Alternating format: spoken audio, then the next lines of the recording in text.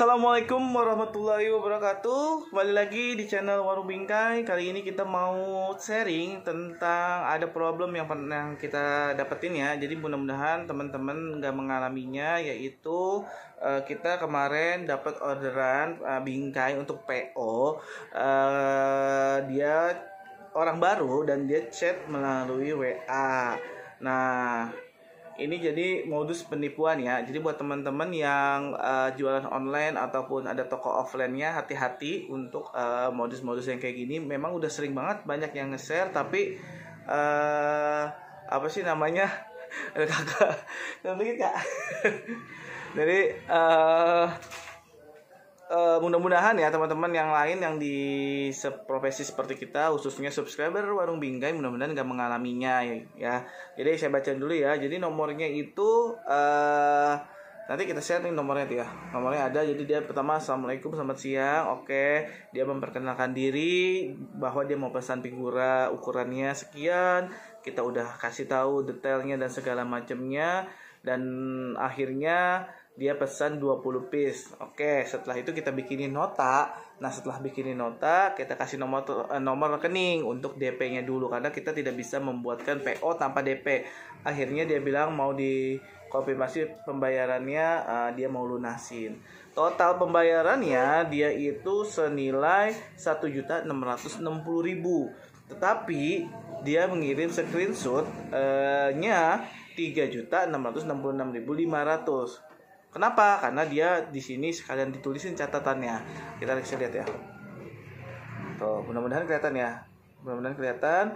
Nah, secara sadar atau tidak, ini sebenarnya harusnya udah aneh ya, karena biasanya orang untuk transfer itu hati-hati banget dan tidak mungkin melakukan kesalahan gitu. Biasanya kesalahan pun biasanya kelebihan 0 atau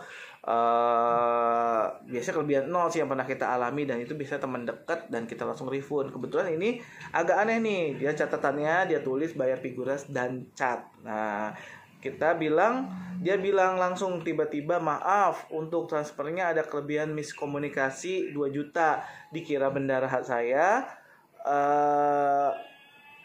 Ini satu tempat sama pembayaran cat tembok, minta tolong segera ditransfer 2 jutanya ya. Soalnya anggota saya udah nunggu di toko untuk pembayaran. Nggak apa-apa ya, nomor rekeningnya ke toko langsung. Nanti kirim buktinya saja buat laporan. Dia ngirimin BRI atas nama Marco Rustian tuh ada. Ya.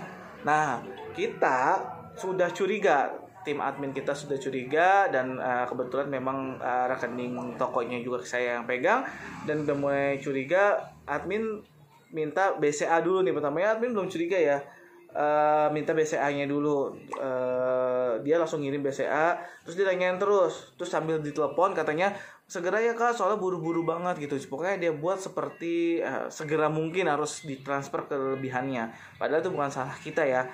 Nah, tiba-tiba kita mulai curiga tuh, admin udah mulai curiga dan mengkonfirmasi bahwa ini transfernya masuk atau tidak. Akhirnya kita cek, dan kita cek ternyata memang tidak ada yang masuk. Begitu dikasih lihat ke saya tentang screenshotannya, ini memang agak aneh ya. Secara screenshot untuk backgroundnya itu dia agak ngeblur tulisannya, tapi secara tulisan dia tajam tuh ya. Nanti kita share aja tulisannya. Nah, karena tidak masuk, dia bingung, dia suruh nanya, dia nanya konfirmasi dari CSBRI mengalami gangguan, dipastikan masuk ke rekeningnya 1 sampai 2 jam selama pergantian hari pukul 00:10. Bisa dicek berkala uang dipastikan masuk saldo, bukti transfer sudah berhasil soalnya. Saldo pengirim juga sudah berkurang, kita tanggung jawab penuh kok mohon maaf atas keterlambatannya, kata dia kayak gitu. Tapi kita tetap, kalau misalkan memang ini bukan penipuan, kita bilang maaf Kak, pokoknya uangnya belum masuk, kita tidak bisa transfer ulang. Sekalipun masuk, kita biasa transfer ulangnya kita jeda. Kalau kita sendiri berketentuan, kalau orang yang tidak di kita circle satu kita, bukan member kita kembalikannya itu di 1 bulan atau di awal bulan gitu ya. Pokoknya di awal bulan setelah kita penutupan, uangnya udah dipastikan masuk, baru kita refund. Jadi ini modus baru untuk penipuan. Dia seolah-olah transfernya sekalian dengan barang lain, dan seolah-olah dia butuhnya cepat untuk membayar produk yang lainnya itu, sehingga kita terburu-buru untuk transfer. Hati-hati buat teman-teman yang mungkin ini bukan modus baru juga ya, karena ini udah kita sering dengar juga. Tapi biasanya kalau misalkan dikasih seperti tergesa-gesa, terburu-buru, dan sepertinya harus cepat, biasanya kita lalai dan tidak fokus. Akhirnya kita mungkin ada beberapa orang yang kejebak ya. Jadi hati-hati buat teman-teman yang jualan online terutama ya, hati-hati juga. Di sini hanya sharing, mudah-mudahan kayaknya sih pelakunya nggak akan insaf ya kan, karena memang itu kerjaannya dia. Kita doain aja semoga dia dapat hidayah. Buat teman-teman lebih hati-hati lagi, lebih fokus lagi, cek berkala setiap ada yang transfer, cek aja, nggak ada ruginya kita ngecek m-banking, karena daripada kita tertipu, apalagi kasus-kasus yang kita harus transfer ulang, apalagi yang tidak bisa dibayar, yang harus bayar atau gimana, itu harus lebih cermat lagi ya teman-teman ya. Mudah-mudahan kita selalu dilindungi dari orang-orang jahat. Dan sekian share-nya, mudah-mudahan teman-teman tidak ada yang tidak ada yang mengalami kerugian dari hal ini.